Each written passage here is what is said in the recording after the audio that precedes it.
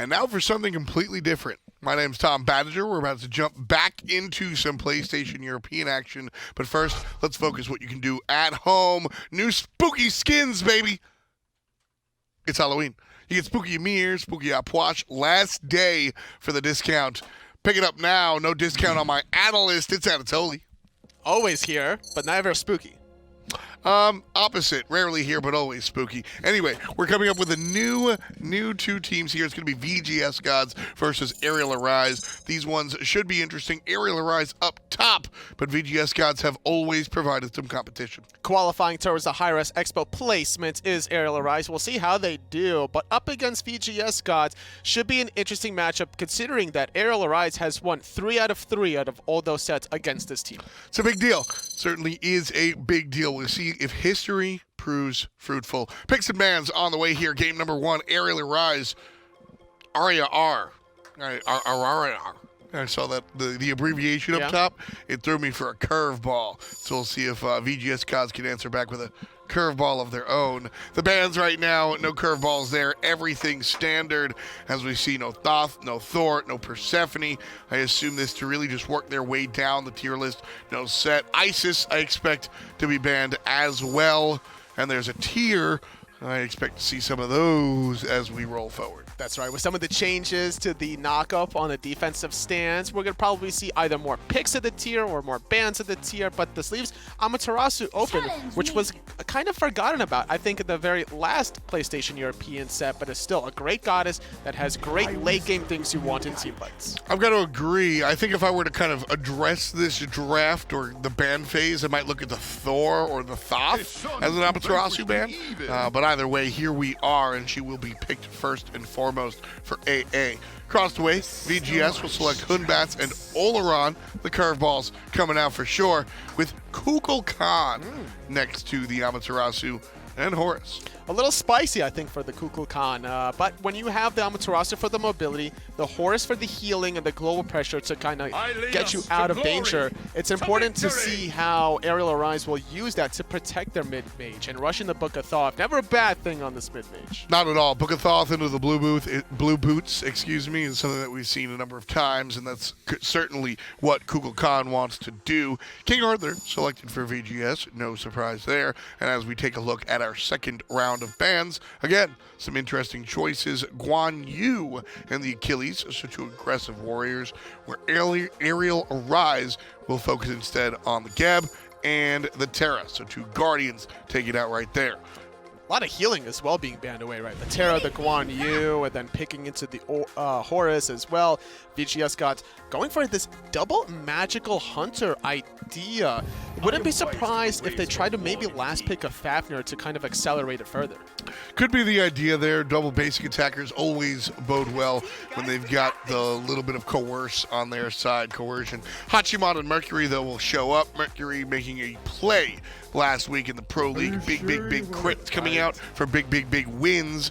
Arial Arise kind of hoping for the same. VGS across the way will get a Kumbhakarna, which is interesting. I think that the Fafnir might have been the thought, but seeing the Mercury, a little bit more control. That's true. You want the Mez to really shut down the Mercury. And even if you break the Mez, you reduce a lot of attack speed as well from that. So I like this idea, but the thing of the matter is that you're also looking for other ways to synergize out of this side, so expecting a lot of pressure here from this Mercury. Going for the beats, really respecting the CC out of the Hunbats. As I think you should. I think anytime you're up against Ares, Hunbats, sometimes Daji, I think the big deal is being able to get out of those CC world. You talk about some of the more aggressive options like Blink or whatnot. It just doesn't feel. I think you're giving up too much when you're across the way from Fear No Evil. I definitely agree, but sometimes, you gotta try to make those early plays. Like, I know SARPEII is playing the late game focused Mercury in conjunction with the late game focused Amaterasu, and one way to still get the early game is by getting the Blink. And when you're trying to make plays on gods that might not have CC immunity, like Marky Sparky on the Mercury, not a bad idea occasionally. Well, that's why I like the choice of the mid lane here for Ollie. I think that, well, VGS are going to win the mid lane, and that's largely because of positioning, in my opinion, there. SARPEII just wasn't a part of this conversation. He was doing right side Harpies when that probably wasn't the right look there at Anatoly. But the clear from Ollie might not enable Arial Arise to be aggressive in the early game, but it will dissuade VGS because you can kind of stalemate the lane by clearing super well. If SARPEII's here, I don't think VGSGods go for the red. Yeah, I kind of agree with you there. It's important to see how these two, specifically SARPEII and Ollie, play off of each other. SARPEII trying to set up Ollie for the nice ulti, or just even the tornadoes. If you could just hit the Sonic Boom in the first place, the combo from Ollie should be almost guaranteed, and then you also got the special delivery after the fact, and there's even more disruption from Pulsza on the Horus, Kana on the Amaterasu. Good way to burn those beads with that dazzling offensive. Matchup here in the long lane. We got Distortion on the typical hunter, the physical hunter, Hachiman. Nothing too outrageous here. Only level 3 for Drizzle, so his gank will be not as scary as it could be if he had the Fear No Evil. But Distortion's going up against Marky Sparky, who will be on the magical carry. What's your take here as to how Distortion or Marky have to play? I think that Marky's just trying to farm it up, but I think that Distortion has kill potential actually in this lane because of the mounted archery. You have the chase down potential even through that sanctified field. Right now, ECLPTX is in trouble. Will heal up thanks to the abilities and the potions, but I'm with you there for sure. I think that Distortion can dash out of the field and then use the ultimate, or even just drive right on through. If Distortion has the opportunity, Marky has to be very careful. That ultimate will not be a giant get out of here field the way it is other times. And because of that counter matchup, probably that's the reasoning that Arial Arise draft the Amaterasu instead of the Olorun, because that they know that they have that little bit of a counter matchup, whether it's long lane or the mid lane.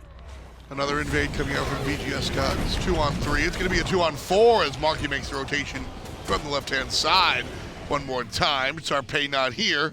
And one more time, VGS taking it run. Ooh, but there needs to be a collapse. Distortion using the mounted archery to get a slow on 2 targets. And here comes the ultimate out of Marky. That's going to work out for VGSGods. Right side, Drizzle dealing with Ollie. Ollie trying to find a way out, but it's all Drizzle with the basic attacks. Help from the jungle. There comes SARPEII, finally involved. Drizzle gets out. Now, Mez out of Hacky to stop the special delivery mid-dash, but still, movement speed a little bit too strong. Now, Hacky trying to use the minions to body block those hits. And the passive going to go down as well. So we see Marky go down after the fact here. Excuse me. We see Drizzle go down for first blood, and then another one onto the Kumbhakarna there for Arial Arise. So 1 and 2.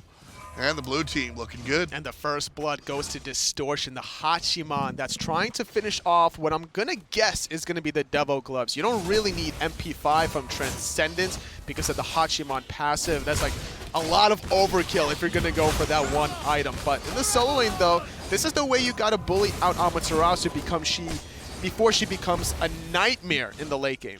Yeah, it's the healing that allows her to kind of stay in lane. If you're going to play across from her, be the bully.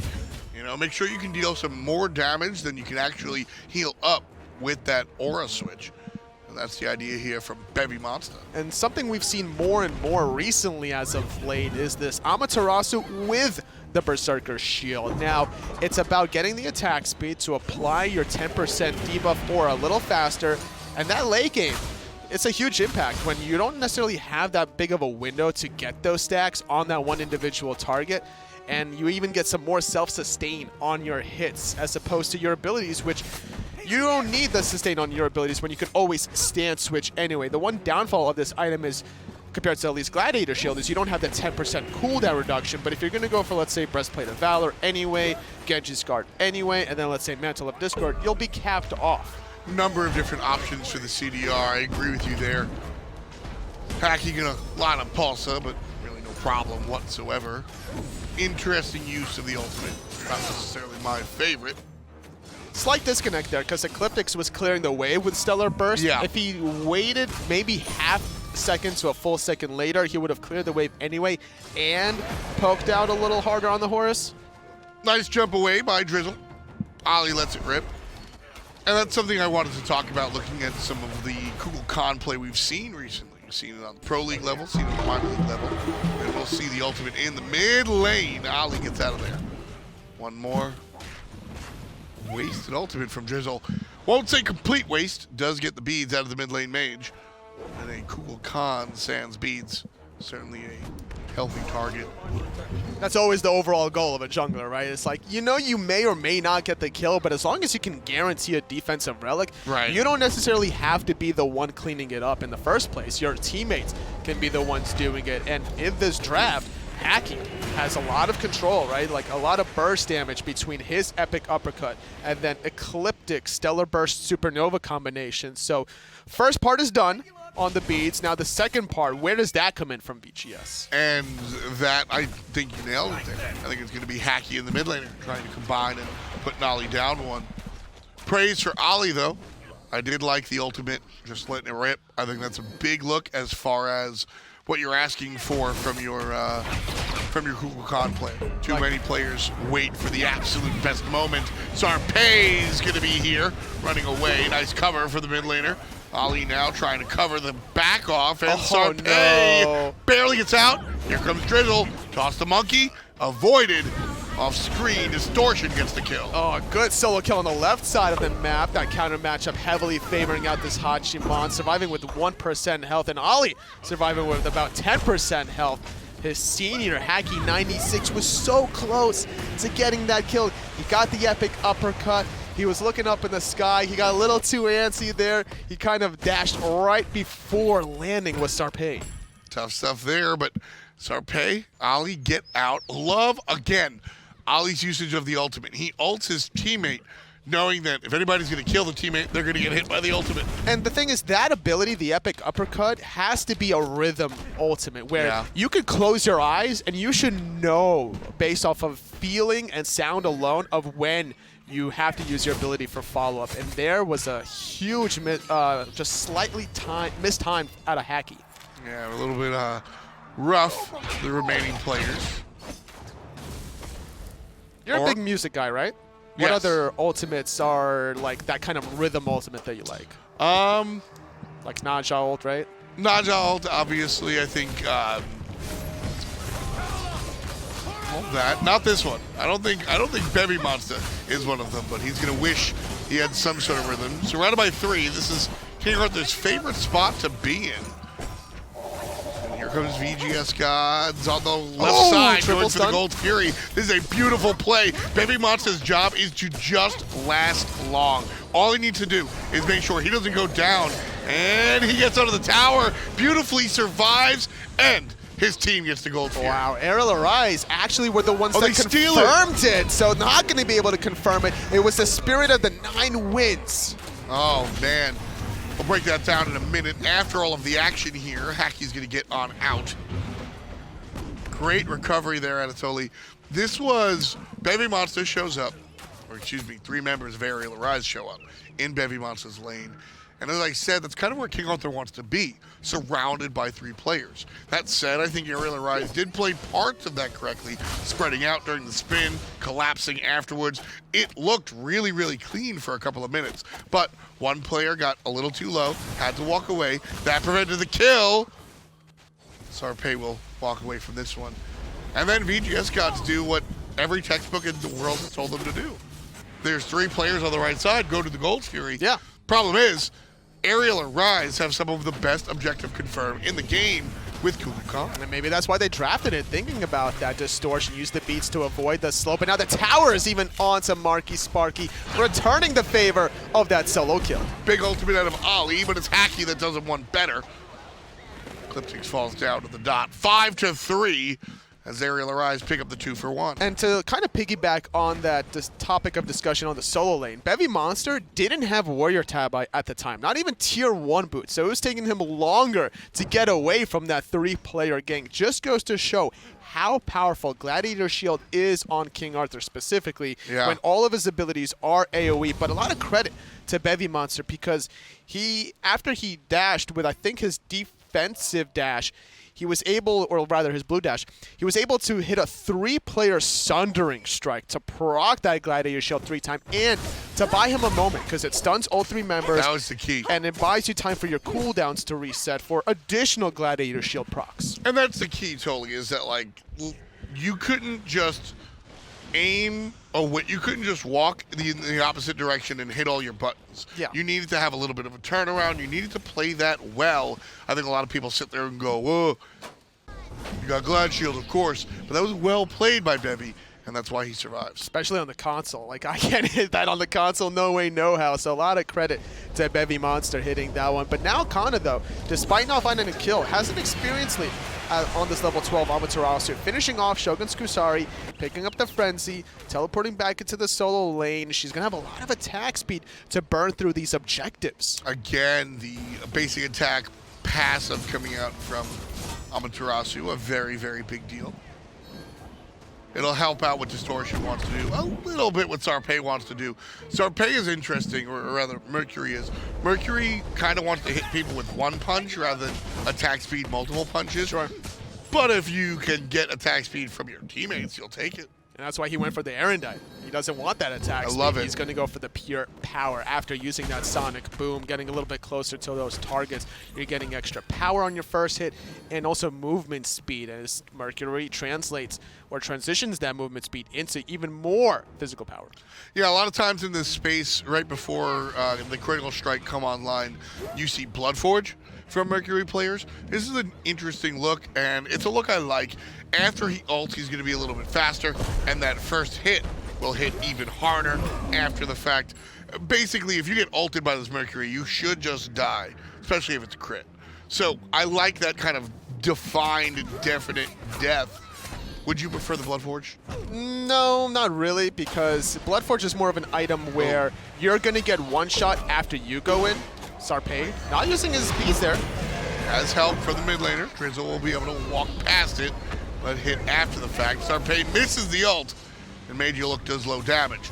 Here comes Kana, looking for the kill, forget a stun. Drizzle's just dead, but the resurgence from VGS, Bevy makes the rotation, and they're on the onslaught. Good shell as well, but Distortion is now present, looking for his own kind of damage. Ollie with no ultimate, it's only Pulsza and Distortion if they wanted to keep pressing forward. Marky Sparky not making this rotation, and I'm surprised that Arial don't keep pressuring out this mid lane, having those two ultimates. Surprising, I suppose, but I think the look is to prevent the Pyromancer. Yeah, I think that was probably the, I would say, better idea. I actually like your idea a little bit better. Because the thing is, like, if I lose my long lane tower, Right. I would lose it in trade for the mid tower. Sure. More positioning on the map, harder for VGSGods to retreat safely if they're losing a team fight. Oh, well. Makes sense to me. Yeah. No harm, no foul anyway. Like, Sure. they don't lose their long lane tower anyway, so... Nothing gained, nothing lost. 0 for 0 versus 1 for 1. Either way, doesn't matter. Only Fury started by VGS. They are down 2,000 gold here, Toli. I like the aggression, but again, I only like the aggression if somebody's going to look at Ollie. That's right. Last time they tried this was during a huge solo lane gank onto Bevy Monster, but Ollie was the only member necessary for Arial to steal away that objective. I mean, it was almost best case scenario. Yeah. 3 players in the solo lane. Like I said, that's why I can't really... You can't be overly mad about VGSGods because they did the right thing. Sure. They executed poorly. So SMITE 101, maybe even before that, is if it's too heavy on the solo side, go do the Gold Fury. Or vice versa, yeah. But SMITE 101 day 2 is zone the Kukulkan. Sure. So, right decision, wrong execution. And I feel the same here. VGSGods, I would like to see them go for the gold, but could be in trouble. Support already down to half HP. Once again, Ollie will miss, but the right side ECLPTX hasn't made his way back in. Arial Arise, 3-on-1 for Bevy Monster. VGS still collapsing. Meanwhile, left side, Hachi and the jungler dealing with SARPEII. That Mercury is gone. Right side, there's the Frenzy. Marky's in trouble. Distortion off the horse, but it's all about Bevy. Oh, looking for the overhand smash, but Distortion gets taken up in the sky with the Excalibur's Wrath. Olorun will fall to Ollie. Great zone control there. Hachi in the passive. ECLPTX takes out one. I've loved the play out of this Ollie. The Kukulkan player has not been touched until just now, and it's a little bit too late. Bevy will kill Ollie here. And at least that kill will keep Arial Arise off of the objective. So a nice look there for VGSGods for sure. What we saw that, Toli, was kind of 2 fights It was and sloppy. then 3 fights, Break it down. That's what I was trying to think about, actually. It was how where SARPEII died in the beginning of that fight, kind of between that purple and the red Yeah, it was buff. like a 2-on-1 all the way up there. Hacky epic uppercutted him. Waiting underneath was Drizzle, relying on that support follow-up. But then, the way it started off before that, Ollie, a little too impatient with his Spirit of the Nine wins. He waits till after the dazzling offensive, or rather during it, but he kind of mistimes it to the point where he doesn't wait for the stunning point. It has to have all 3 hits from the Amaterasu ultimate before you get the stun. And Hacky took a lot of damage to begin with, so I think Ollie's kind of eyes lit up thinking like, all right, if I hit Ollie, he's out of the fight, he's going to be in the passive, we can clean up afterwards. And he would have been correct if he hit him, but he had no setup. Missed time there from the mid lane Soul. Setup was there, but too many numbers. And SARPEII falls down. I agree. I've said, and I will continue to say, that I want to see Kukulkan's ult often. You should ult more often than you think you're going to hit it. Right now, Ollie a little bit early there again. Feeds are used to get away from the totem. And Distortion likely to fall, whereas the monkey saved by the support. I don't think that the Sacred Toss was available quite yet, but Drizzle needs to somersault away here if he wants to avoid some of Ollie's shenanigans there, but looking for the kill instead. Good Can't shout. find it. Nice help from Pulsza. The beads one more time, but that is a dead red monkey. Distortion gets the kill. Here comes SARPEII. VGSGods one more time. No threat of Ollie, and that's all VGS, baby. They'll take the Oni Fury. Baby Monster on the downside, getting harassed by Arial Arise. 1, 2, 3, 4. And nobody will count to 5 as SARPEII gets the kill. A very important kill, but now Ariel has to make up for losing that objective. With this 5-on-3 for 15 seconds, Drizzle and Bevimon's not available. They need to group up and do something, probably something better than just a Pyromancer, like tier 1 mid tower is very low, but without Hachiman there, as he's on the left side, they're looking for something better than Pyromancer, I guess. Fire Giant will be this one. Frenzy's popped, and don't forget, Ollie's got the confirmation. Sleeping, no beads, hit the ult, there it is, Arial Arise, and then some. Ecliptic's able to take down the jungler, but Hacky falls down to the hand of the solo lane. Fire Giant, and a 1-for-1. That's worth it. Arial Arise will grab it, and a tier 1 tower. All right, whoever made that call needs to come and be an analyst or a coach or something, because that was to the T. Between Ollie's ultimate, between the frenzy from Kana, the Shogun's Kusari made a big impact. Everything had to align perfectly. The stars needed to be in such a pattern that Fire Giant went through without the Hachiman damage, without the Hachiman attack speed from the Heavenly Banner. Yeah, that's a really big deal, and I think a lot of that has to do with, you look at where SARPEII is in his build. SARPEII is arguably better at killing the Fire Giant than Distortion is right now. I know that Distortion has the Executioner, but SARPEII has Rage 2 points. Well, it's not even that about the Rage and the 2 points of that. It's like Distortion helps SARPEII do even more damage because of the Heavenly Banner attack speed buff, as that would have even helped out Connor's damage per second. But without Distortion there, and you make the choice of just these are the 4 players we have. Sure. If you don't have a Mercury jungle building crit, I don't know if you're able to make that call. Of course, Ollie changes a lot of that conversation as well. 3 players surrounding Bevy Monster. Nobody with the anti-heal just yet, but doesn't seem to matter.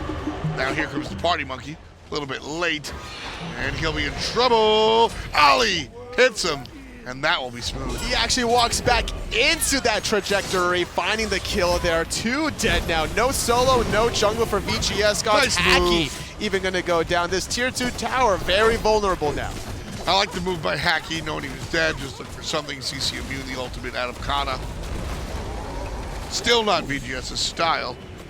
Arial Arise able to get a tier 2, looking at a Phoenix. And this is why Arial Arise are the PS4 EU representative heading towards Hi-Res Expo placements. A little bit of zone coming out from Pulsza, and the bird will fall down. The calls are just so clean. They really are.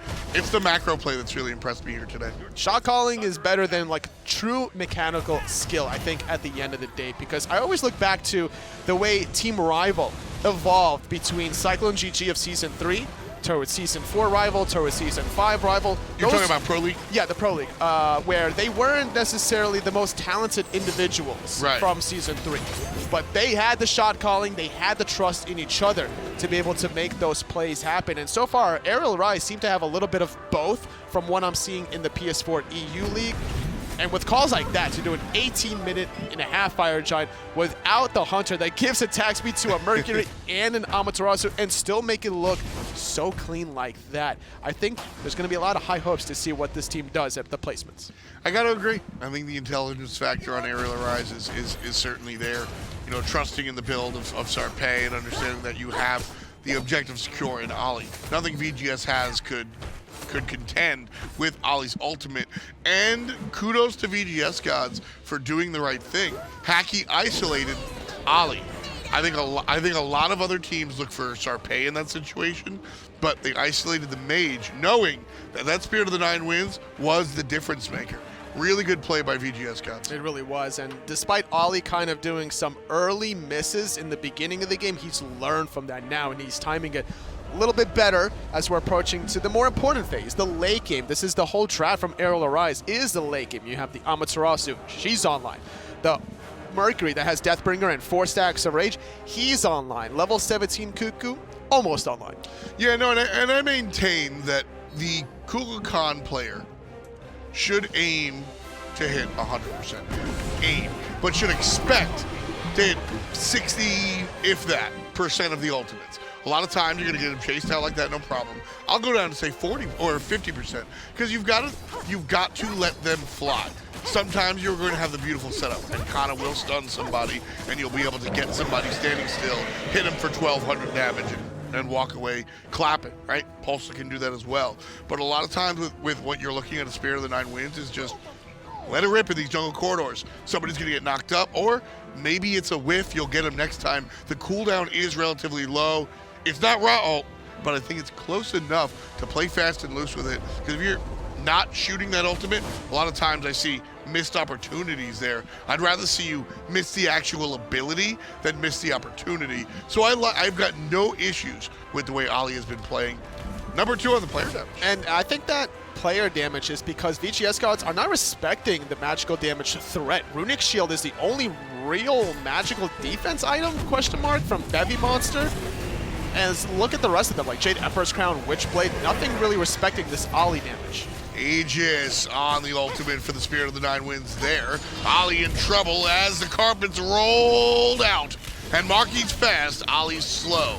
Distortion outside of the field, looking for everything.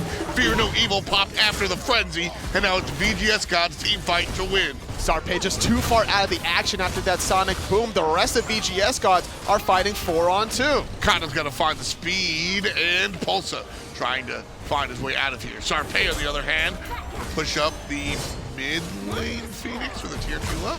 He's going all the way to the left side burn. This should be free. Drizzle, no ultimate. Going to be easier to fight this Hunt Batz without the Phoenix, without the defensive ultimate. Drizzle trying to do whatever he can to survive, but without his somersault, he's a sitting duck. Yeah, SARPEII is definitely favored to win the fight, but with the turnaround, I don't know. Drizzle hits the overhand smash, the basic after the fact, and SARPEII will sit down.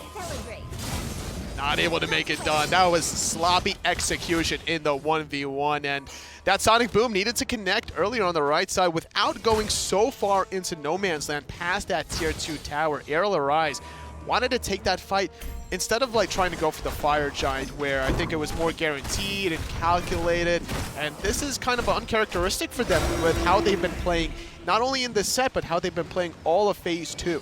I did not like SARPEII's choice at all, but once he was there, I firmly believe in playing the hand that you're dealt, or even the hand that you've crafted. You now got to play it, right? Sure. So I would rather see SARPEII on the right side, as VGS are maintaining control of the Fire Giant pit. But since he was there, you've just got to hit your abilities. Oh, Drizzle with a perfect ultimate. Ollie is just a little bit too inaccurate now. VGSGods coming back with a vengeance. Pulsza knocks players up, and Distortion from a mile away is providing the shots. But Bevy doesn't care. There's just not enough damage to deal with the tankiness of this King Arthur. Kana as well on the backside. Got 3 members low out of VGS. They're going to have to retreat as well. Bevy shouldn't be in any trouble, but despite that pick onto Ollie, VGSGods had to back. They can't really start up this Fire Giant objective for themselves, but they bought enough time to not have to worry about fire minions on the long lane side now. Pulsza going for the ultimate. Blue buff VGSGods is the target. There comes SARPEII on the left-hand side. ECLPTX goes down. Distortion with the kill. SARPEII on the right hand. Now it's Drizzle kinda getting back into it. 2 kills for the monkey. Hacky, barely alive. Pulsza won't be able to catch him. And it's a 3-4-2. Pulsza can get out if he wants to. Instead, will give himself up. Collapsed. And VGS will clap for their victory. 2 for 3. Arial Arise on the bad side. And they forced that fight on their own terms in the 4-on-5, right? Like, it was the ultimate from Pulsza, the To the Skies at the blue buff. It looked good because it was that ultimate in pairdom with the ultimate from SARPEII around that blue buff, but they just couldn't execute fast enough. They lost Distortion too early. They lost Kana too early, and without having your damage, without having your mobility, it was just a full-on retreat. SARPEII was too far away to even save Pulsza's life. Unfortunately, Totally, I hate to... Drafting a Mercury is very much a statement. Your Mercury player has to play well in the late stages of the game, and I am just not seeing that from SARPEII. With the build, the options, SARPEII is going to be able to take down some of these squishy characters. He should have won that 1v1 on the left side, and after the fact, he should have won the fight on the right side. Again, the monkey makes the flank. SARPEII needs to kill the monkey. That's what needs to be happening here for Arial Arise. That isn't. I wish there was something more deeper level analysis, but I think it's just Mercury's not Mercury. I mean, that's one way of looking at it, but Arial Arise need a lot more than just one individual play. They need some team play. That's why they're going in for round 2. And this time I love SARPEII's approach. He's coming all the way from the back end. Gonna jump on Marky Sparky, who finds the knockback, and there's the kill onto the King Arthur. Distortion, last hit, big damage out of SARPEII. Perfect ultimate coming out here from Marky. And it'll slow everybody down enough for him to claim one himself. And his Distortion claws his way into the game, continuing to put it up. That's kill number 9. Just holding his own ground, letting the shots fire. ECLPTX now between a rock and a hard place, surrounded by 4 players. 4th victim out of VGSGods. 2nd Fire Giant on the chopping block now. And that's Arial Arise. Credit to Distortion. That is a beautiful play. Distortion low. Coulda, shoulda, woulda left the team fight. A lot of different players back to base there. He sticks it out, gets the kill. Nicely done. And most players do that kind of a play on the Hachiman with like either an Aussie or a Bloodforge. Just right. Drizzle tries to do whatever he can to clean up.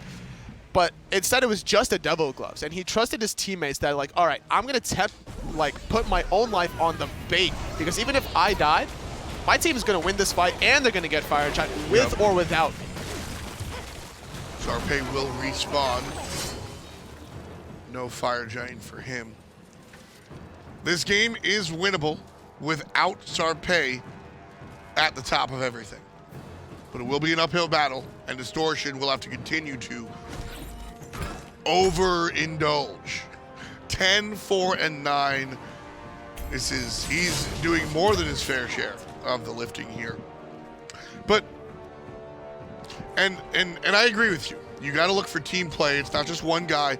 But when you pick characters like Mercury, I look at characters like Kali, you're setting a statement that says, sure, all right, dude, we're going to set you up. Don't get me wrong. We're not going to go, play Sudoku.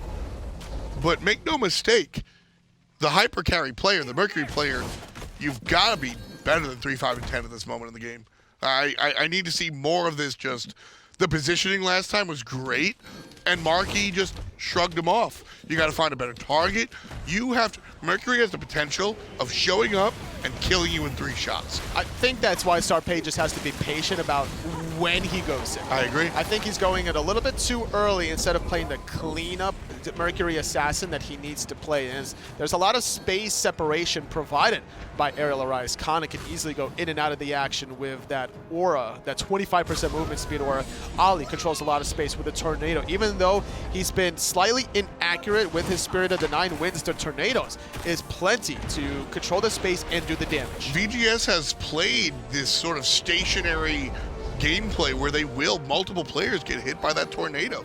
That's why Kukulkan is number 2, not because of his ultimates. A lot of patience, I think. Here comes the ultimate. It's with the wave. Bird. It's with the wave too. Left side, beautiful play. Here it's going to deke out, and the Phoenix goes down. Drizzle stops everything for the moment. Ultimate from SARPEII, right on through. Backline, he's again looking at Marky Sparky. A better look, but collapsed, and Hacky takes down the Mercury. It's a 1-for-1, though. No, it's not. We haven't seen Bevy die. No, not quite yet. He has the Purification Beats to avoid that dazzling offensive. Pulsza dashing all the way to Kana, and here's the Amaterasu Aura to give his teammates the movement speed. I love the play from Pulsza. He uses the To the Skies to juke out VGSGods, but he also brought minions with him to eliminate the backdoor protection. Well timed. Successful play from Arial Arise in that they accomplished their goal. We do lose the jungle, and one more time, I got a lot to say about it. There is a world where what just happened is fine. Mercury goes to the back line, gets collapsed out and dies, but the guy zoning you, the rest of the team, also dies, and it's a 4-on-4. Problem is, King Arthur doesn't die that well. Because he has beats as well. Like, it's not very often you see a solo laner with Purification Beats, but I have to respect it at a Bevy monster. You don't want to be CC'd against also a Cuckoo when you don't have that much magical defense. Like, if you're not in range to apply the Runic Shield aura to reduce magical power by 50, it's like you don't even have magical protection in the first place. And Ali's positioning has been fantastic.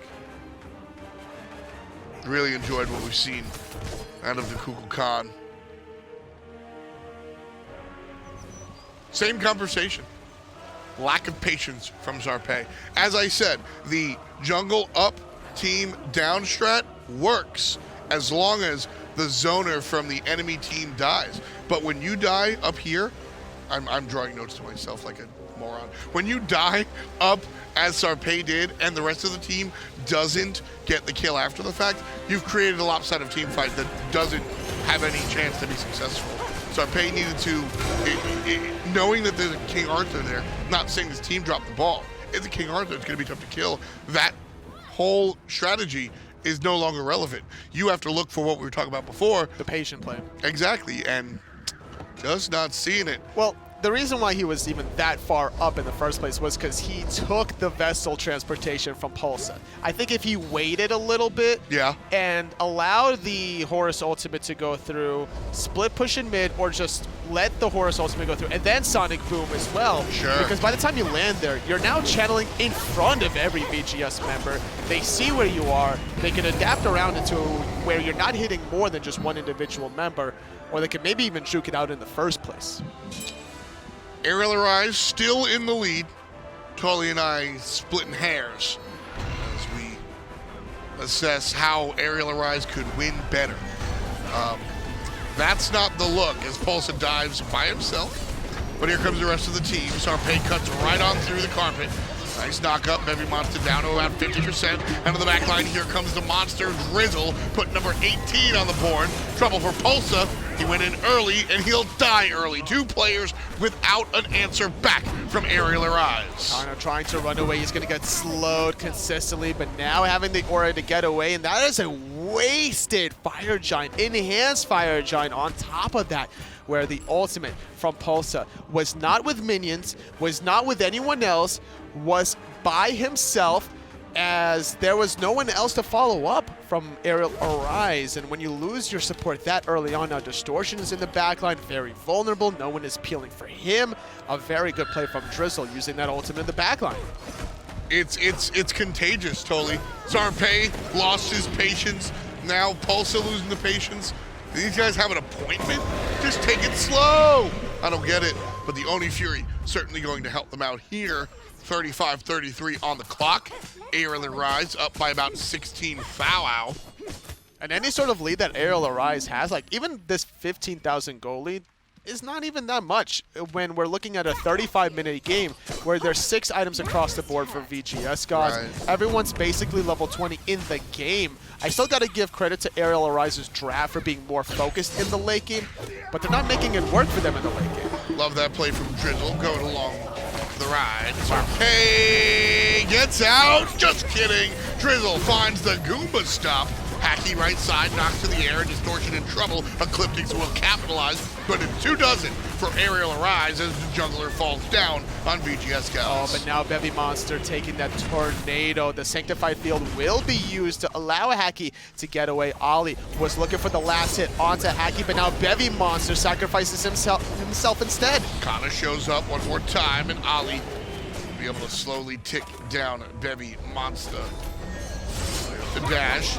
Arial Arise still looking for it, and Ollie finding it. 5-5 and 16. That's a 2-deck. And this is why Amaterasu is such a valuable late game pick. When you overextend, you are not escaping the clutches of the Amaterasu and co chasing down. And now with this wave on the right side, with no backdoor protections, still a Fire Giant on Ollie and Kana. Don't forget, ECLPTX will show up. Nice knock up there. Not necessary. Titan being attacked by Oni minions on That's the left-hand right, side. the Oni minions got the left side Phoenix for free. Those were 3 Gladiator Brute minions that barreled down that door. Yeah, that's a big deal. And that's a very, very hard to kill wave. Also because it was a weakened Phoenix, making it a little bit easier to get that last hit capable. Yep. Love to see that look. Oni Fury totally used here by Arial Arise. Very well done. Here comes help. Ollie is here alongside Pulsza, knocked up on Hacky. Drizzle has an ultimate available, and this will be a bad fight for Arial Arise as Drizzle shows up. ECLPTX tosses their ultimate out. Don't love that. Ollie saying what I'm thinking. Come on, play correctly.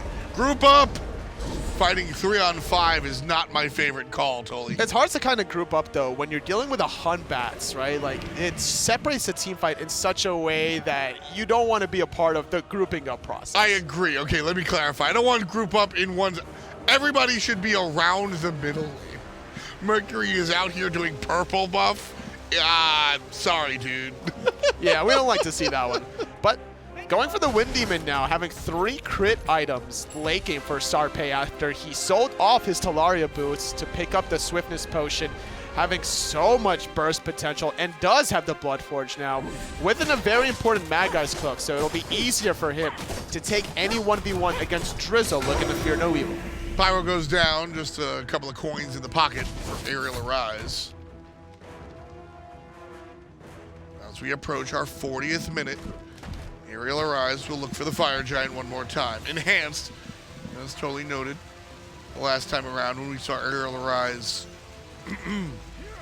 wasted. Hopefully this one better used. VGSGods will be waiting in their base, looking for a defensive play. I'm still surprised about that 20-minute ago Fire Giant call. That was a great call. Yeah, that was a great call. Man, it just made so much sense. Everything there was like, after thinking allocated. about it for a while, I was like, Yep. okay, I respect that play, but Pulsza doing the same thing he did last time. This time his team's a little bit closer, just a little bit, in that they're involved. Frenzy is popped on Arial Arise's those side, shots. and Kana's going all the way in. Here's the ultimate. It'll finish him off. SARPEII finds Marky Sparky on the back line. ECLPTX still alive, and there it is. Trying to go for the second one. He will find it. Finally, Arial Arise strip away all 3 Phoenixes, VGSGods, Titans. Very vulnerable now. There it is, the attacks onto the Titan. VGS will play a little bit of defense, but Distortion's here, big damage out of Ollie as well, and SARPEII trying to keep Hacky at a distance. Wrapping one up is going to be Bevy Monster. That's it. That's the Titan, and that's the game. 49 kills in 40 minutes. It looked really clean for Arial Arise to begin, but once they started to get their second Fire Giant, their third Fire Giant, they kind of were already probably thinking about game 2, as they needed to kind of do it very cleanly. As they did get the left side Phoenix, but once Pulsza started to make those 2 the Sky Ultimates on the right side Phoenix with the enhanced Fire Giant, that's when things started to go south. Yeah, and if you look at that last team fight, Anatoly, I got to give credit where credit's due. I had been very hard on SARPEII, saying, where's the patience? Where's the patience? Play Mercury like Mercury's supposed to be played, knowing that the term supposed to be is really tough. Well, shout out to him for his 620 GPM. Getting that purple buff will boost that. But that last team fight was absolutely what needed to happen for the Mercury player. Just kind of put his stamp of approval on that last team fight with those 2 early kills onto ECLPTX, and I think also Marky Sparky that narrowly avoided most certain death from not only the Kukulkan, but also the Amaterasu. So, Sure. But there's a third long-range ultimate you got to worry about, is the Sonic Boom. Yeah, that's going to be an issue if you are not paying attention. VGSGods paid attention for the majority of the game. Really fun kind of watching them keep Arial Arise at bay. I mean, going all the way back to what we saw before around 20 minutes, looking at the Gold Fury. Just wonderful stuff, but still not able to get the win. Game 1 in the books.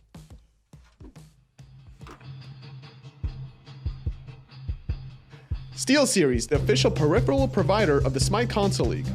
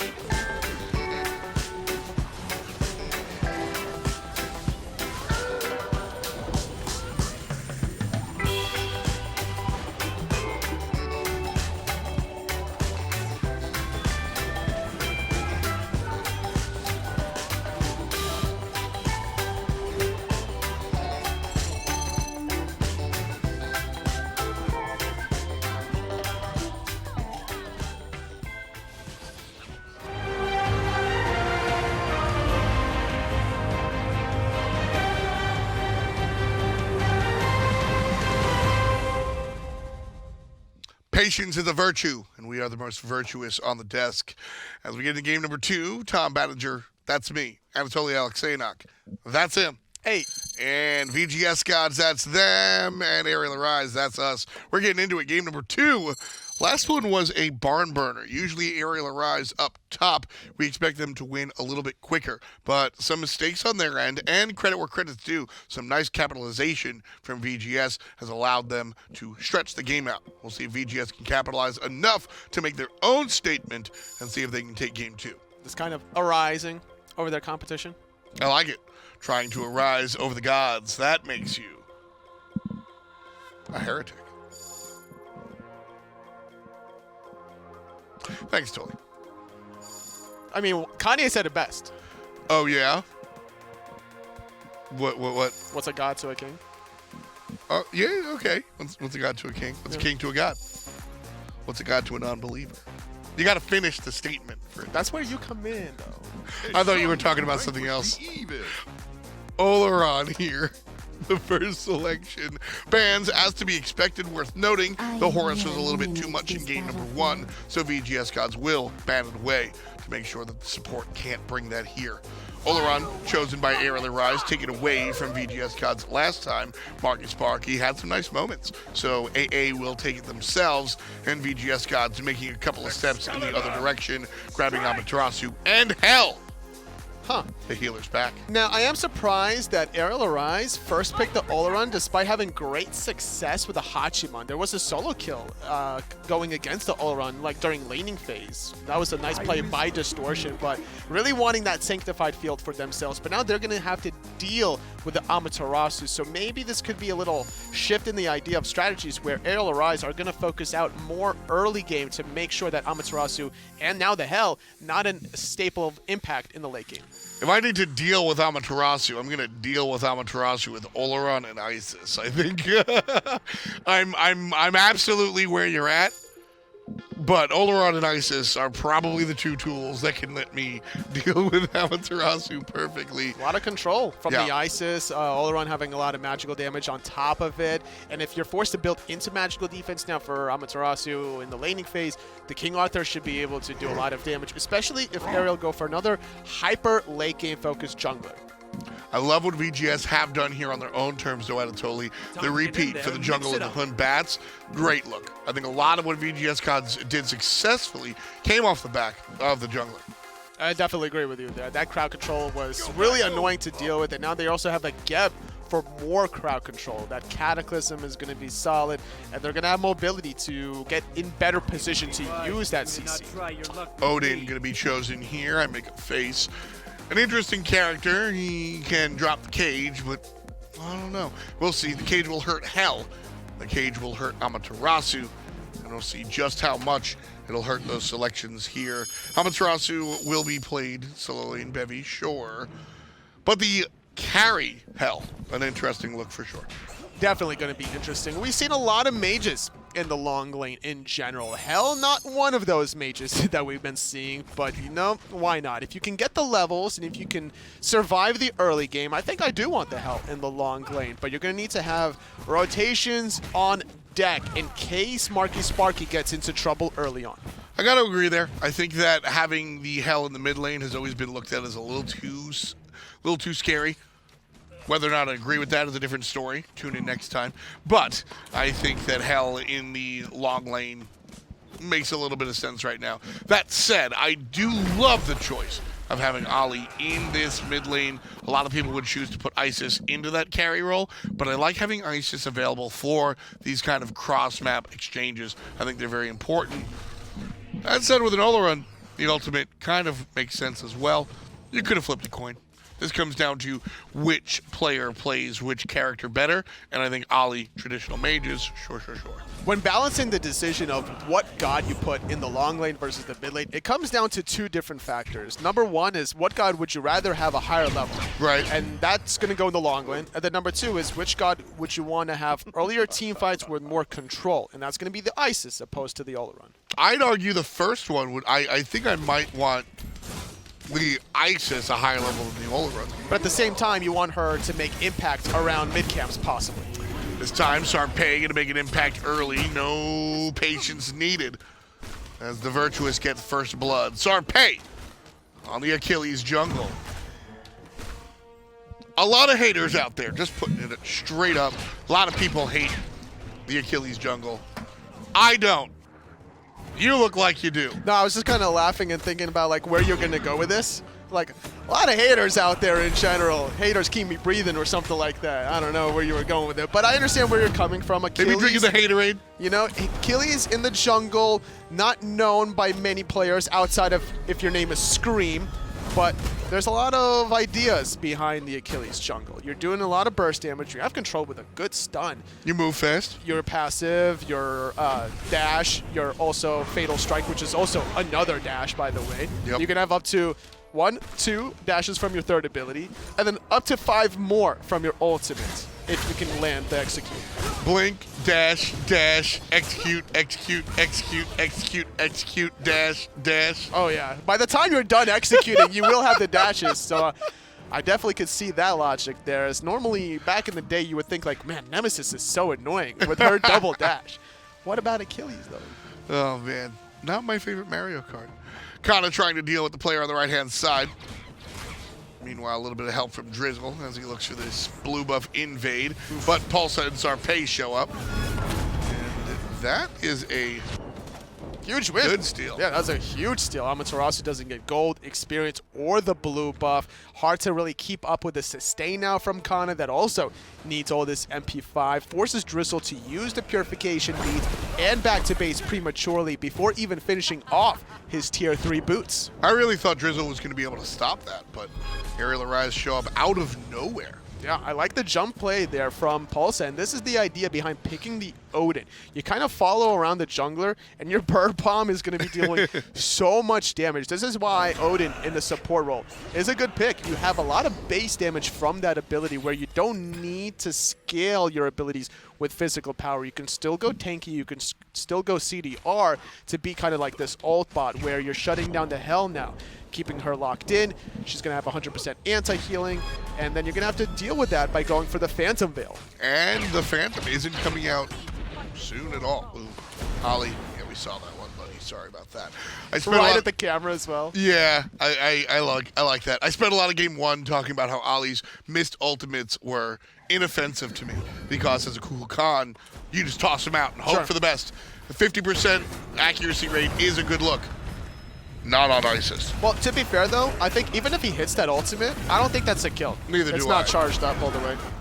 Doesn't mean I want to see him miss it. That's true, too. That's fair. Hachiman not going to be sacked. Nice job there blocking the ultimate from SARPEII. Drizzle shows up and needs some help. ISIS not willing to go all the way in for Pulsza, and that means Drizzle going to be able to chase down the Odin. Can he get the kill? He missed a somersault earlier on. Now the shield comes through. Pulsza will avoid the monkey toss and walk away. Ollie a little bit inaccurate today, whether it was the QQ or even the ISIS now missing the ultimate, and now 2 consecutive Spirit Ball stuns. Spirit Ball, I'm going to go back to giving him the benefit of the doubt. I think those Spirit Ball misses were out of range. I think they were just zoning, if you will. Don't worry, folks. I'm still mad about the missed ultimate. Even the ultimate in general. Like Tully said, even if it hit, it would have killed.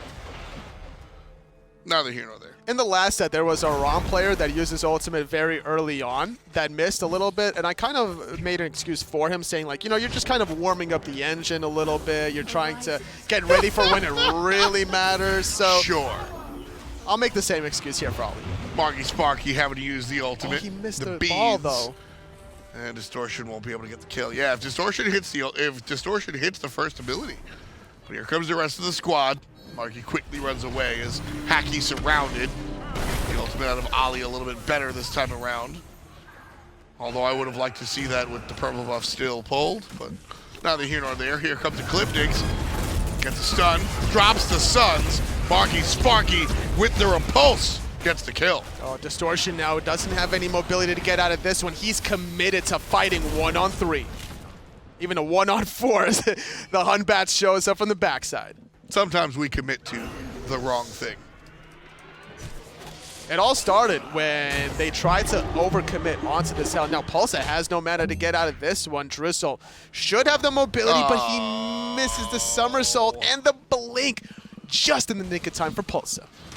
But still, purple buff was defended from the defensive side, stripped away offensively. Still a good win for VGS. Pulsza seems to just have Drizzle's number, and that's so annoying. What support doesn't have a jungler's number? Sure. It's basically on speed dial, and it's the first number there. Interesting watch across the way, though. No Phantom here for VGSGods. And until level 12 comes, Odin is Annoying. Annoying is putting it lightly. Every time Odin cages somebody, they should die. We just haven't seen the look. Right now, Pulsza level 5, and so I expect that to be a little bit more active now. Especially with the blink. On cooldown for a little bit longer, 70 seconds to be exact, but I totally agree with you. This hell is going to need to have a lot of vision on that left side of the map to identify where this Odin is coming from. Underneath, on top, through the purple buff, wherever. Baby Monster played King Arthur last game. Now he's playing against it. No fun. Yeah, as an Amaterasu, hard to really keep up with a King Arthur, but now he's on the worser end of it. It's funny, our solo laners just traded picks. And so, last game. Kana was like, you beat me up in lane, I beat you late game, buddy. Maybe. And now they're... I think it was more about Distortion wanting to play with a new toy on the Olorun. And that's why they first picked it. Makes sense. So, like, one side laner gets their toy, one game. That's what it is. Side laners are all the kids. Yep. And the other three are their parents trying to, you know, and one of them, and the support is like the cool granddad. I mean, that would make sense. So support is like, you know, the cool uncle, just like, you know, helping you out a little bit. Actually, okay, never mind. The support is the grandma doing all the hard work. Okay. Now, it's the mid laner that's the uncle. He just shows up whenever he's like, I'll make this party cool. I'm here for the ride. Gives like the 18-year-old kid a beer. Nobody's looking. Here you go. Yeah, and the jungler is like the single mom doing everything for everyone as well, and that's when the support comes in to help the mom. No, the jungler is the 16-year-old cousin just causing trouble.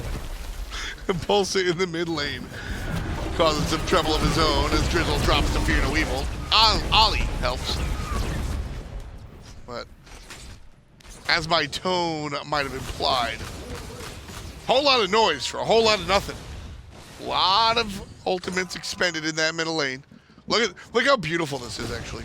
Both 3v3s completely gone of their ultimate. Yeah. That's very, that's the story, folks. Kana not able to strip away the blue buff this time, but Heavy Monster needs to respect this damage potential from Kana. A lot of times in your mind, you go, King Arthur does well when there's multiple people, so I should be able to take him 1v1, right? Sure. And then you're wrong. Yeah, King Arthur does a lot. 1v1, 1v3. Yeah. His ultimate's available again for the Sundering Strike if he wants to use it.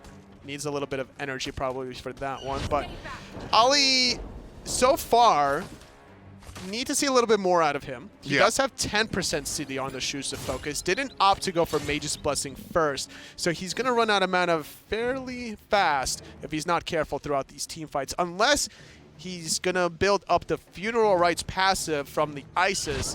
Once you witness a death in general, you get 1 stack of that passive, you're getting 2 HP5, 2 MP5, and once you get 10 stacks, you're sitting at 10% base CDR there. That's what you're looking for, baby. You want all that CDR. Trouble in the mid lane one more time. It's very early ultimate from Ollie. Yeah, a little bit rough there. Didn't love it. Sun's dropped as the circle is dropped, and Drizzle from a distance. Ollie cuts him down with the Spirit Ball. You were asking for accuracy, and Ollie's able to deliver there. We definitely saw it there. Ollie, I guess, anticipated the Fear No Evil to happen a lot earlier than it really did, which is why he got a little antsy on that circle protection. Without this big mage ultimate, though, harder to confirm this gold here. Yeah, you hear me kind of inhale, scared. But VGS don't want any part of it. I don't know if I agree with VGSGods there. SARPEII here looking for Ecliptics. Should be a kill if he can kind of curve around this big gap with the Fatal Strike. Yeah, trying to wait it out and dies for it. Coulda, shoulda, woulda. At that point, you might as well try to go for the kill before you get CC'd. Did he have the blink available? Maybe he was trying to get out of combat to blink away safely. That's what it could have been. Poor play. SARPEII easily could have gotten that ultimate before the knockup from I agree. hacking. Absolutely. You just ult, you avoid the CC, and you're able to kind of walk away, no problem. SARPEII messes that one up. Unfortunately, Arial Arise still up 3,000. Very rare that we see all the Totem of Coups going to one team. Arial Arise with 8 of them so far. That combined is 1,000 gold just off of that one objective, all to Arial Arise. Well, it's Arthur versus Amaterasu. And even then, there are times where you could still sneak 1, maybe 2 Totem of Coups, but to go completely without a single one, very rare to see. 3 players show up, a little bit of an overlap as far as the cage is concerned. Nice try from SARPEII. Not my favorite. About to intercept the dash there, but Ollie using that wing gust to gain mobility to get a little bit closer. Ooh. Not having the range there. Also, Heavy Monster able to backpedal that one. Couldn't find it. Ollie is playing the Isis ultimate like a traditional mage, which Isis is, but the ultimate I feel like with Isis is very different. You're not looking just to kill one player. You're looking for things like this. Ollie changing things around as soon as I mentioned it. There's the after the fact from Drizzle. Ollie's going to be toasted, and how much else can VGS get? SARPEII on the run, Pulsza as well, and Kana surrounded, but just the way he likes it. Bounce going to miss. Kana still on the right side, spinning, winning, grinning. SARPEII from the right-hand side, trying to keep them from pinning down his solo laner. VGSGods still have yet to find a victory here on the right side. And Arial Arise down 2 kills, up 3,000. Ollie using that ultimate to confirm a Pyromancer. It's only 500 gold. SARPEII avoiding the stun with that Fatal Strike. Very important there. If he had 1, maybe 2 more basic attacks after that mirror shot, VGSmonster would have found that kill. But going back off of Ollie's ultimate, he uses it early in the Pyromancer. It's a 500 gold objective that gives you mobility from the fountain. It's not maybe worth going for your ultimate right away. And the reason why I say that is because Drizzle waits out the ultimate. Yep. He drops his Fear No Evil, because without Circle Protection, now you're not mitigating damage. You're not healing after you take all the damage that you've just mitigated, and allows for an easy kill opportunity. Ollie goes down, not much CC follow-up. I think VGSGods, or sorry, Arial Arise, are very lucky they only lost Ollie after that Pyromancer. I have to agree. I tend to kind of lead where I think the team fights are going with my call. I said, who else are they going to get? Definitely expecting more. This could be a turnaround here for Ollie. The heal is good. And the somersault will go the correct way. Hell heals, but SARPEII deals. Drizzle on the bad side of that one. The up down strong, and Distortion lands the hit after some damage out of Pulsza, and we're tied at 4. Marky Sparky had Aegis, but I don't think even if he used it, he would have got out of that bad situation. Phantom was available onto VGSmonster, but he's on the opposite side of the map to save his health. I agree. I think it's very funny.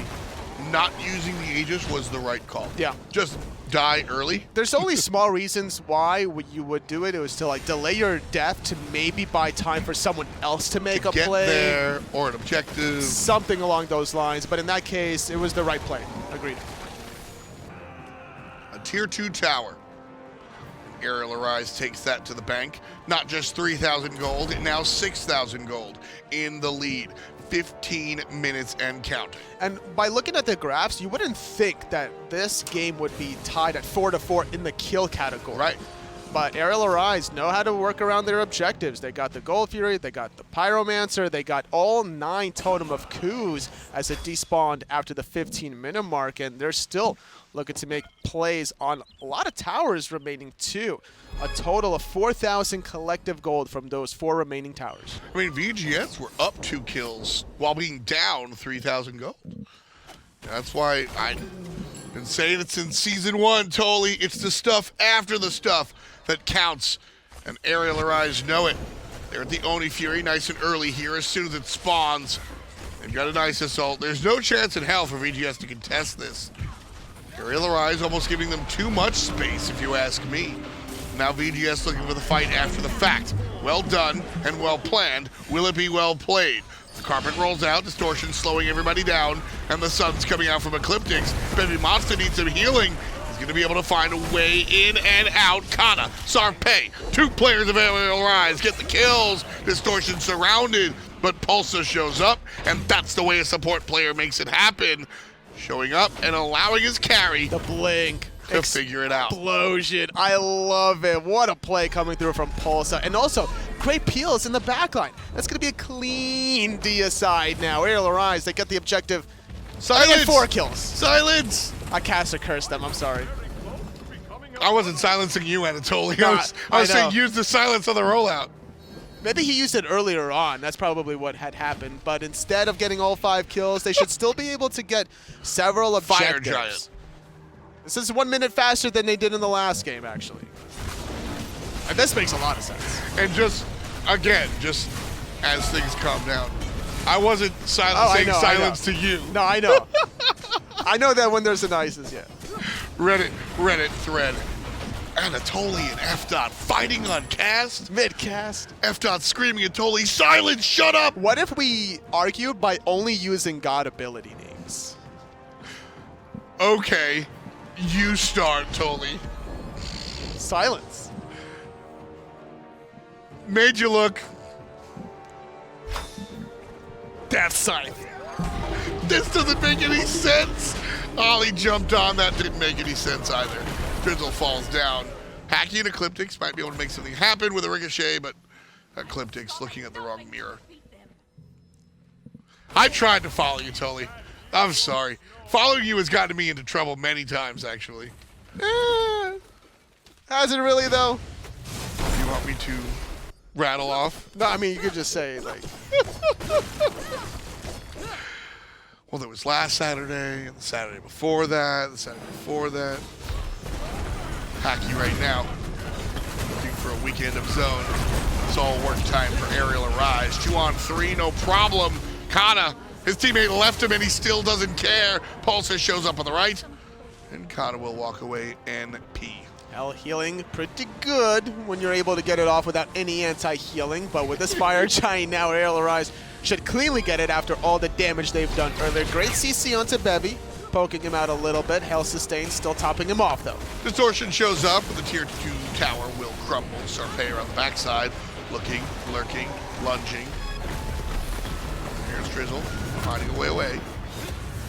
Should they keep pushing middle lane? Looks like they're going to answer that question for you as they do go blinking, drop the ultimate to dissect the team fight. Nobody has beads for that one, and so Drizzle is able to capitalize fantastically. Bevy Monster, last hit. Now here comes one. Now here. He misses the second one, but he's not done yet because Ecliptix goes down anyway. Silence! Silence! I'm talking to you, Tolly. Just kidding. The silence used here as Hacky's rollout was stopped. This could be game, actually. Drizzle popped. And the mid lane Phoenix is under attack. I don't know if this is game, Tolly. Middle Phoenix goes down. Still 20? one tower remaining on the right side. It's only Bevy Monster playing up. Ecliptix still dead for 15 seconds. Go for it. Arial Arise in the throne room, jumping all over everybody. 15%, now 25. VGSGods here to play defense. It's just Bevy Monster. Ecliptix will show up in 4 seconds. Titan down to 25%. Here come the jumps out of the Odin. Still alive is the Titan. The sun's come down, and Arial Arise have to run. Way. They Ollie can't finish it. Ollie was so close to getting one more basic, one more Spirit Ball, one more Wing Guns, literally anything to end that game, but the Suns from Ecliptix. They needed 15 seconds to get that Titan before Ecliptix respawned. They didn't have the DPS, but still, they just have to sneeze at that Titan to win this set. Oh my goodness, that's new. A new definition to this is hypers. This is hyper regional slang, New York slang. We get sunned. You could be sunned. Usually it's like an inexperienced kind of noob, like old head. Like you just got sunned, kid. Like you're too like new blood for this. Oh no. That was VGSGods absolutely sunning Arial Arise. Ecliptix coming through with the objective damage. This is kind of where I do want to see a Horus just like end the game, honestly. Yeah. But no Trick Horus, play. no Horus out of Arial to make that play a possibility. No Giannis either. So gonna have to go up and throw it down mid. Play some honest smite. Yeah, no one likes it, right? Oh man, no tools. So Tolly, do you like the call? To end, yes, I do like the call. I agree. I think there, well, when I remember seeing was only 3 Arial members right off the bat on the Titans. Somebody was missing. I wasn't paying attention to who Kana was missing. zoning players, which It was only Bevy alive. but yeah. They needed all 4 members to be there right away. Either way, I think that they could still end with this Fire Minion Wave push, especially on the backside. Look at the Odin. Oh, Pulsza just going going in. in. He's gonna jump, he's gonna spin, and he's likely gonna die after the fact. But here comes the rest of the squad. Kana goes down to the hand of Drizzle. heals. The rest of Arial Arise will do their best. Pulsza has helped the enemy team.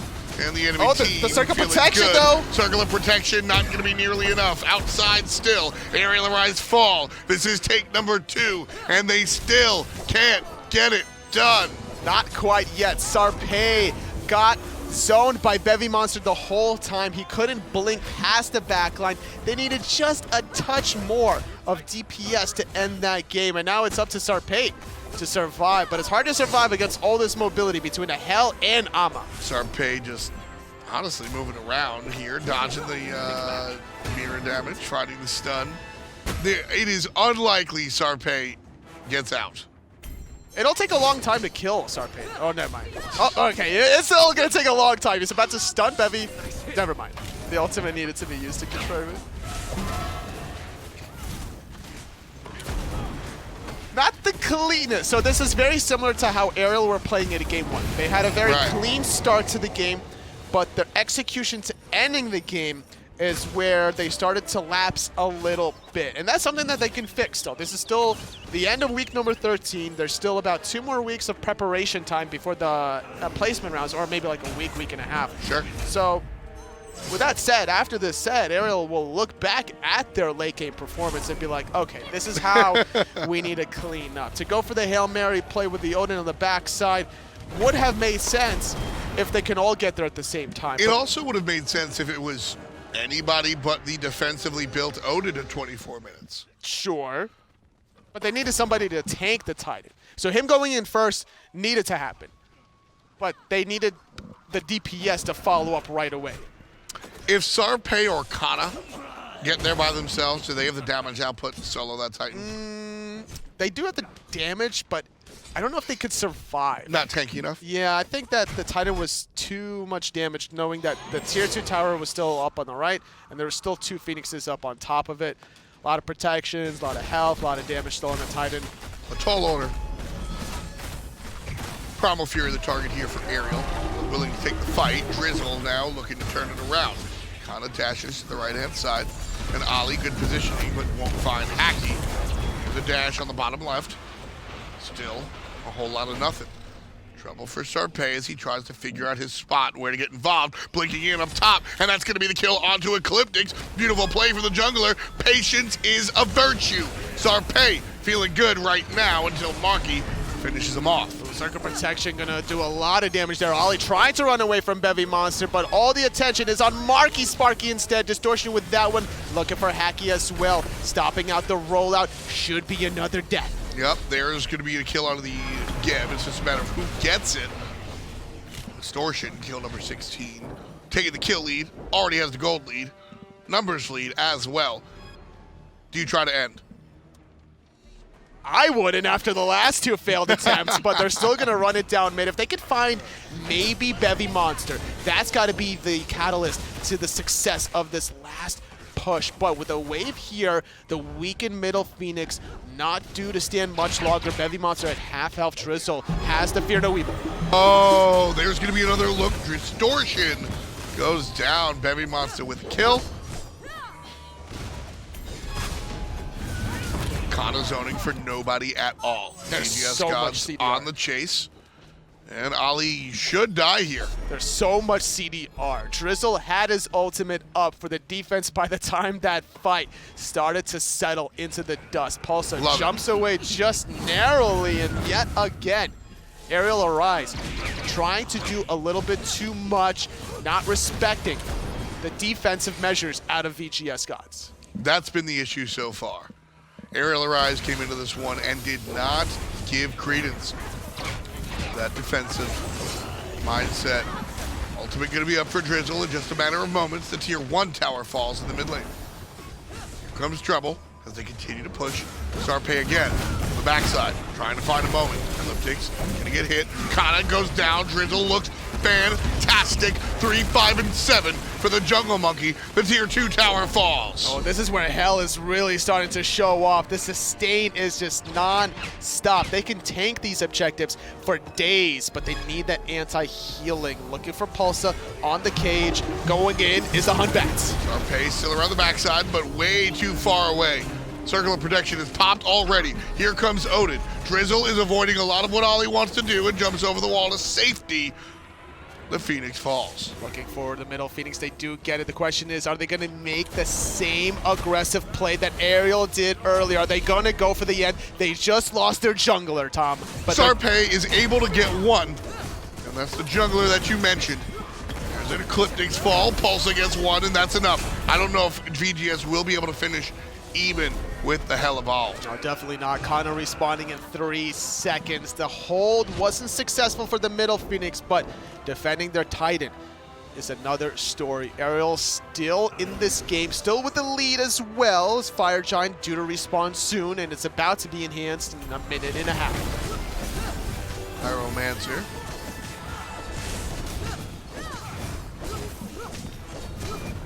Fire Giant set to respawn. Arial Arise and VGS should meet right then and there. Argument to be had about Arial Arise needing to defend the middle lane, but Kana doing a great job of making sure that lane is pushed up in anticipation of this Fire Giant fight.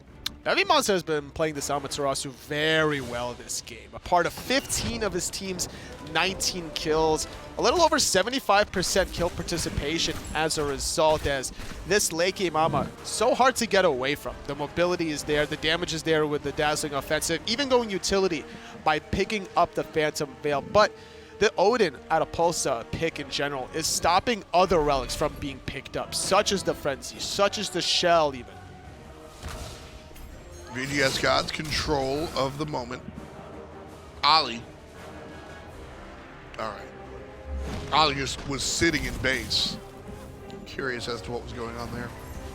Arial Arise now. Local. Fire Giant unable to be done for free. Whoever wants it will have to take the fight. Still looking for a little bit of a dance and poke off. SARPEII shoving the mid wave because there's still fire minions down that side.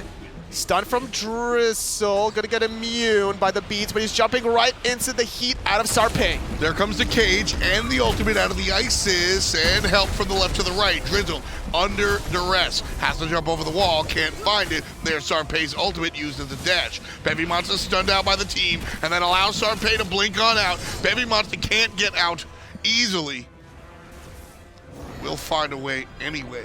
5-5, all players alive. And still defending the midway from the fire minions is SARPEII. Can't really find any additional kills unless they can catch out Hacky here that needs to mind his location. Gonna stun him out as well, right under the tier 2 tower. Distortion here providing the damage next to Ali, who's finding Hacky very, very low. Drizzle's gonna show up and won't have ultimate immediately available, and Hacky down. Drizzle might need it now and is on the carry by himself. No CC, just basic attack damage. And there's some help. Is it enough? Ollie says yes, Bevy says no. It's a 1 for 2, make that a 1 for 3 as Ollie finishes off Drizzle, finishes off Marky. That's gotta be it, Toli. It has to be, right? Especially when SARPEII's not even in this team fight. He's split pushing the left side the entire time. Is that the right call? The Phoenix. I don't know, it depends. If they can get it, then sure. Oh, that damage is high, though. Yeah, look at that. That's going to be a dead Phoenix. Great job there from SARPEII. So he's able to push that. Mid lane Phoenix also needs to go down because that right side Phoenix doesn't have a tier 2 tower, or excuse me, has a tier 2 tower in front of it. Ollie will be in prime position to defend the middle Phoenix that is respawn. That's a big wave.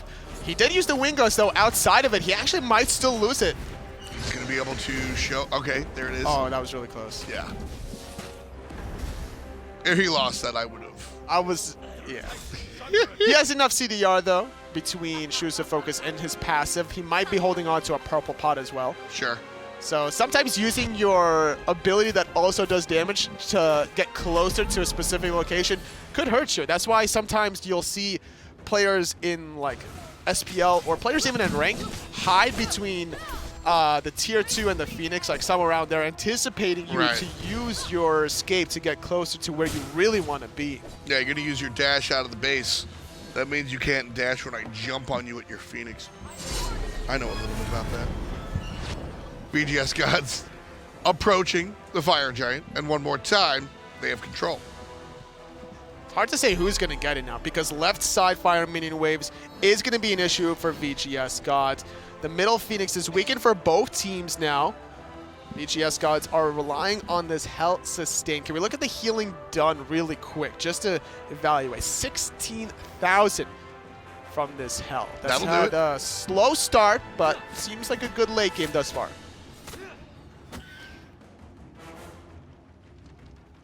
Fire Giant controlled by Arial Arise. A relinquishment Yes. from VGSGods. They are forced to go back and defend their base. Just 10 minutes ago, their Titan was at 20 HP. If that. Now, they have to defend against an enhanced Fire Giant. We'll see if they're going to be able to hold on. This time I think Arial Arise will be very clean about how they want to approach this. Not going to run it down mid this time. Will weaken the armor out of the Titan, stripping away the tier 2 tower. Looking for the right side Phoenix on top of it. Has Blink on Pulsza in 10 seconds. Aegis available for Ollie in 10 seconds as well. Waiting out those relics as well as waiting on SARPEII after stripping away the red buff. Playing it very safe this time around. Got to appreciate that. SARPEII pushing in the mid lane. We saw how quickly he was able to take that Phoenix before. Now we'll have additional damage to the structure. Pulsza leading the charge. Doesn't have Blink available. Now he does. Still biding his time. SARPEII on mid lane Phoenix. Hachi reads it, goes in first. There's the Blink and the Cataclysm, and the ultimate coming out from Distortion in response. Hachi stunned, Hachi slowed, Hachi silenced, still not dead. SARPEII losing the 1v1 in the middle lane. Drizzle, one ability away from taking it, and the Blink for Blink is good. Back to the team fight on the right-hand side. VGSGods play defense well. Here comes Drizzle. Fear no evil on cooldown. 5 players alive either side. I like the play from SARPEII. Baiting out the Batz ultimate in the 1v1 allows the team fight to be a little bit better from Arial Arise, but this health sustain making it easier to play defense. Now, to be fair, Distortion has a little bit of healing for himself, and it's more important that the enhanced Fire Giant is keeping Arial topped off, but still having Kana with the King Arthur centering strike available. Left side is where the monkey will be. Fear no evil not available for this secondary push. SARPEII looking and will take care of the mid lane Phoenix. Meanwhile, right side Phoenix under duress as well. Walking into the stun is going to be Marky Sparky, who finds the up down from Odin as well. Bevy Monster looking for the stun of her own, can't find it. Ollie beans it away. Drizzle is stunned all the way back to base. Big play from the Shield Master. That's 24 for Arial Arise as 2 players on VGS sit down. Hachi tries to get out of there, and Arial Arise says VVGB to VGSGods as they look at the Titan one more time. Not ready to make a second mistake. There's the ultimate, there's the Titan, and there's the set. 45 kills in 35 minutes. They looked like they were about to end the game 15 minutes ago with that one middle Phoenix push, but they couldn't do it in time before the respawn out of the OIIy. Great play playing defensively for a long time was VGSGods, and historically still Arial Arise continued to dominate their opposition, only losing 1 game in the 4 sets they've played against each other. I mean, the same thing that I saw here in game number 2 is what we saw in game number 1. I think the game was kind of set out by Arial Arise, and VGS constantly felt like they were on the defensive side of things. And that said, didn't look too bad at it. But unfortunately, you can only play defense for so long. Bevy Monster on the Amaterasu for VGSGods really made it difficult for Arial Arise, but that's kind of why they drafted it so early on. But we finally saw a little bit of play from this Olorun paired up with the Isis towards the very end of that. That Phoenix Siege on the right side became a lot easier also because of SARPEII distracting the Batz. You want that Fear No Evil in the team fights, but also you need somebody to play defense on the middle Phoenix. Yeah, he loses the 1v1, but then, of course, it's time for the Phoenix on the left side to respawn. That was the key. The fact that they got the Phoenix on the left side earlier, shifting the monkey over there to the left side meant that it was a little bit rough there for everybody to handle. And with that, Arial, go ahead and take the set. Let's look at where PS4 Europe looks as it's all said and done. 10-2 here for Arial Arise. VGS find another loss, and they will be 5-7, unfortunately for them. PlayStation 4 Europe, set in stone. Let's take a look at the North American side of PlayStation 4 as well. This as well, set in stone. We won't be broadcasting any PlayStation 4 on the North American side today. And so Big Money is your big master up at top, 10-2. Nemesis, E-Boys, and Cavalry will find themselves in 2, 3, and 4, respectively. Xbox, we do have a game. We will see Blanche Fan Club play today, and so we'll see how this one winds up. So this is how it stands before the match. Hype Unit on top, BFC on number 2, Fatal Ambition, and Sanguine bringing up the bottom. As I said, we will get some Xbox games coming up. The North American squads are here. It's Fatal Ambition. It's Blanche Fan Club. They're on after this.